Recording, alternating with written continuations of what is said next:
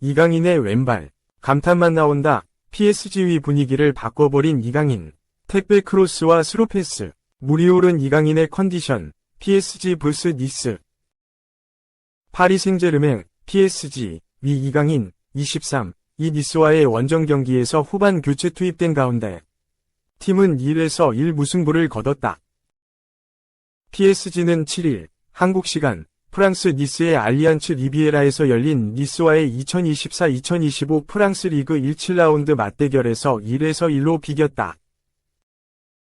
개막 이후 7경기에서 5승 2무를 기록한 PSG는 승점 17점으로 리그 2위다. 1위는 6승 1패의 모나코, 승점 19. 지난 2일 아스날과의 유럽축구연맹, 우에파, 챔피언스리그 리그 페이즈 2차전에 선발로 나섰던 이강인은 이번 경기는 벤치에서 출발했다.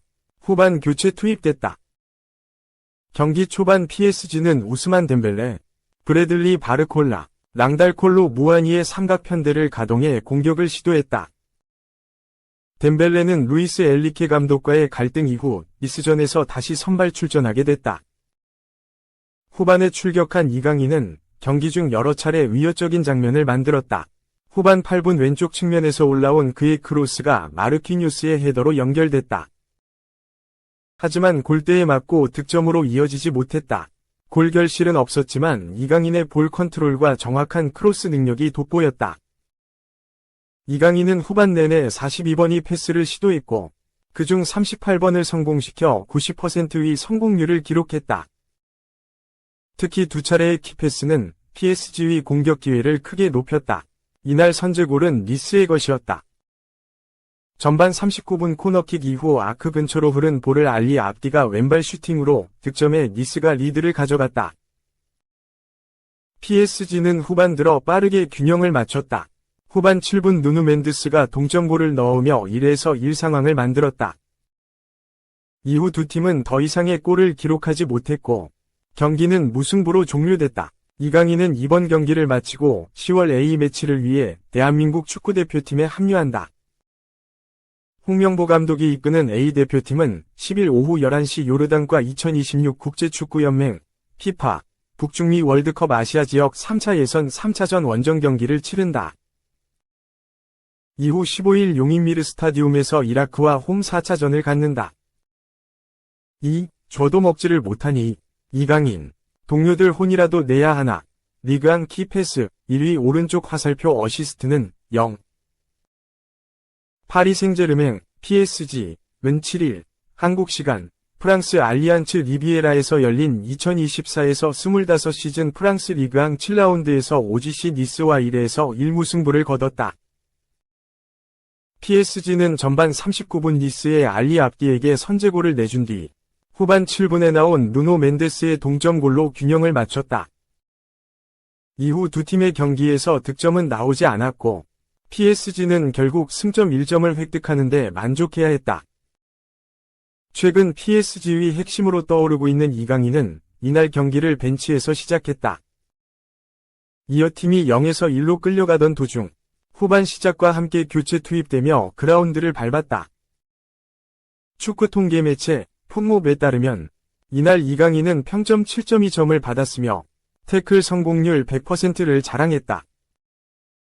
또한 패스 성공률은 91%였으며 이번이 기회를 창출했다. 준수한 활약에 현지 팬들의 극찬이 이어졌다. PSG 팬들은 이강인을 선발로 써야 한다. 그는 이번 시즌 초반 최고의 PSG 선수다. 라는 등 찬사를 쏟아냈다. 이강인의 가치는 이날 경기에서만 한정되지 않는다. 축구 통계 매체 후스코어드닷컴에 따르면 이강인은 이번 시즌 현재까지 총 7개의 키패스를 기록했다. 니스전을 포함해 총 423분을 소화한 이강인은 90분당 3.6개의 키패스를 기록했으며 이 기록은 리그앙 1위, 유럽 5대 리그 선수 중에선 7위의 기록이다. 이강인의 위에는 부카요 사카, 아스날, 케빈 데 브라위너, 맨체스터 시티, 하피냐, FC 바르셀로나 등이 자리했다. 이처럼 이강인은 매 경기 출전할 때마다 적절하고 정확한 패스를 배달하며 좋은 찬스를 만들어내고 있다. 놀랍게도 이번 시즌 이강인의 어시스트는 0개다. 이 말은 즉, 이강인의 패스를 받은 동료들이 제대로 마무리하지 못하고 있다는 것으로 해석될 수 있다. 이강인 입장에서는 답답할 노릇이다. 당장 니스전에서도 이번이 기회 창출이 있었지만 PSG는 이를 살리지 못하며 아쉬운 무승부를 거뒀다. 이강인이 동료들을 크게 다그쳐도 이상하지 않을 노릇이다. 한편 이강인은 이번 시즌 내내 다양한 포지션을 소화하며 멀티 자원으로서의 가능성도 보이고 있다. 이강인은 니스전 직전까지 주로 가짜 9번 역할을 소화하며 팀 동료들에게 공간을 제공했다. 또한 이번 시즌에만 벌써 3골을 넣으며 남다른 공격력을 뽐내고 있다. 3. 음바페의 저주인가? 레알을 덮친 검은 그림자. 경기력 부진 플러스 핵심 선수 부상 오른쪽 화살표 벨링엄 장기 이탈 가능성까지. 레알은 올 시즌 여름 이적 시장에서 가장 큰 화제를 모았던 팀 중 하나다. 이유는 하나였다. 음바페가 파리 생제르맹, PSG를 떠나 합류했기 때문이다. 음바페의 합류로 레알은 곧바로 유럽 최고 자리에 오를 1순위 후보로 꼽혔고 라리가 우승도 따놓은 듯 보였다. 하지만 음바페의 합류 이후 레알은 기대 이하의 모습이다. 리그 9경기에서 6승 3무로 패배가 없지만 경기력은 기복기 있다. 직전 유럽 챔피언스 리그 페이즈 2라운드 경기인 릴과의 경기에서는 무기력하게 0대1로 패하며 경기력 관련 문제가 제기되기도 했다. 음바페와 비니시우스 주니오르, 호드리구, 엔드릭, 주드 벨링엄 등 공격을 주도하는 선수들 사이의 호흡이 아직 제대로 맞춰지지 않은 상태다. 또 하나의 문제는 부상이다. 음바페 합류 이후 레알 선수단에 갑작스러운 부상이 늘어났다. 티보 쿠르투아도 근육 부상으로 결장 중이며 핵심 수비수 다니 카르바할은 지난 비아레알과의 경기에서 전방 십자인대 파열로 시즌 아웃이 확정됐다. 브라힘 디아스는 허벅지 부상으로 이탈했고 비니시우스도 어깨 부상으로 경기력에 문제가 생기며 일부 경기 결장이 불가피하다. 이런 상황에서 레알을 정말로 크게 흔들 수 있는 선수의 부상 소식까지 등장하며 음바페 합류 이후 상승세를 기대했던 레알에 더 먹구름이 낄 수 있을 것으로 보인다. 글로벌 스포츠 언론 디애슬레틱은 7일 한국 시각 벨링엄의 어깨에 무슨 일이 일어나고 있는가라며 벨링엄의 부상 상황에 대해 조명했다. 디애슬레틱은 벨링엄은 지난 9월 에스파뇰과의 경기에서 어깨를 움켜쥐고 바닥에 쓰러졌다.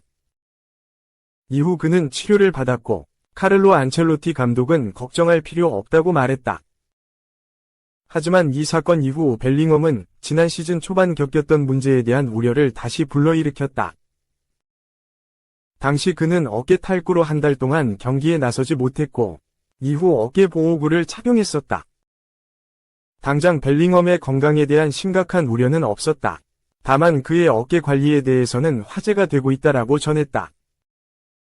이어 최근 몇 주 동안 지켜본 결과 벨링엄은 현재 100% 컨디션이 아니라는 결론이 나오며 이제 몇몇 의료 전문가는 벨링엄이 어깨 탈구로 인해 수술과 장기간의 휴식이 필요할 수 있다는 데 동의한다.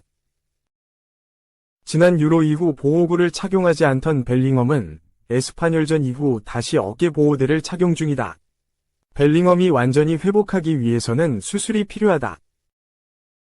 어깨 부상 전문가 산티아고 아라우흐 박사도 재발 위험은 90%에 달한다고 밝혔다라며 벨링엄이 수술이 필요할 수 있다고 설명했다. 만약 벨링엄이 수술을 진행한다면 최소 3달가량의 결장이 불가피할 것으로 보인다. 레알 소속으로 일했던 미켈 아람베리 교수는 적어도 12주 이상이 소요될 것이라고 추정했다. 벨링엄이 수술을 받지 않아도 문제는 계속될 수 있다. 아람베리는 수술을 하지 않더라도 벨링엄의 많은 부분을 제한하지는 않을 수 있다. 다만 반복적인 문제로 탈구가 빈번하게 발생하면 시즌 도중에라도 문제를 해결해야 할 것이다 라고 지적했다. 음바페 합류 이후 레알의 기쁜 소식보다는 팬들을 실망하게 하는 소식이 늘고 있다. 벨링엄까지 수술로 이탈하게 된다면 올 시즌 레알의 계획이 예상대로 흘러가지 않을 것은 분명해 보인다. 4. 맨시티. 드디어 로드리 대체자, 구했다. 리버풀 거절한 MF에 886억 지불 예정. 오른쪽 화살표. 몇 달 안에 바로 영입한다. 영국 매체 골닷컴은 8일 한국 시간 맨체스터 시티는 부상당한 로드리를 대체하기 위해 레알 소시에다드의 스타 마르틴 수비멘디의 이적을 고려하고 있는 것으로 알려졌다. 라고 보도했다. 리버풀은 레알 소시에다드의 수비멘디를 영입 1순위로 선정한 후 이번 여름에 그를 영입할 가장 유력한 후보로 꼽고 있었다. 수비멘디는 최근 몇 시즌 동안 맨체스터 유나이티드, 아스널, 바르셀로나가 모두 관심을 갖고 있는 등 유럽 전역에서 주목을 받고 있다. 수비멘디는 유로 2024에서 스페인의 우승을 이끈 대표팀의 일원으로 결승전에서 로드리 대신 출전해 잉글랜드를 2에서 1로 꺾는 데 일조했다. 수비멘디는 레알 소시에다드와의 계약에 5,030만 파운드, 약 886억 원, 위 바이아웃 조항이 있는 것으로 알려졌으며 리버풀의 새로운 감독인 아르네 슬롯은 빌드업과 수비에 능한 수비멘디를 첫 번째 영입으로 원하고 있는 것으로 알려졌다. 그러나 소시에다드는 최고의 선수 중 한 명을 잃는 것을 꺼려하고 있으며 프리미어리그로의 이적을 막으려고 설득을 시도했었다.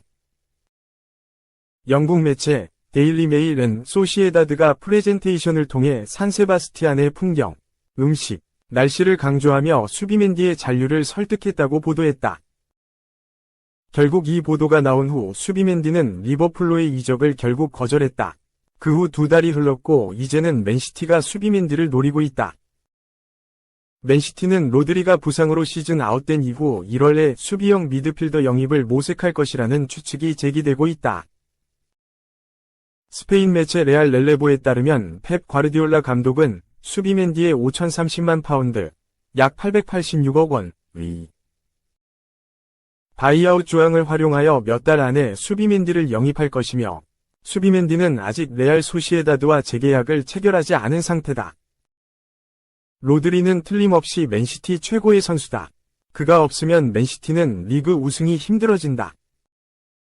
마테오 코바치치와 리코 루이스도 잠재적인 대안이 될 수 있지만 특히 이번 시즌 맨시티가 치러야 할 경기 수를 고려하면 해당 포지션에서 수준급 선수를 영입하는 것이 현명한 선택이 될 수 있다.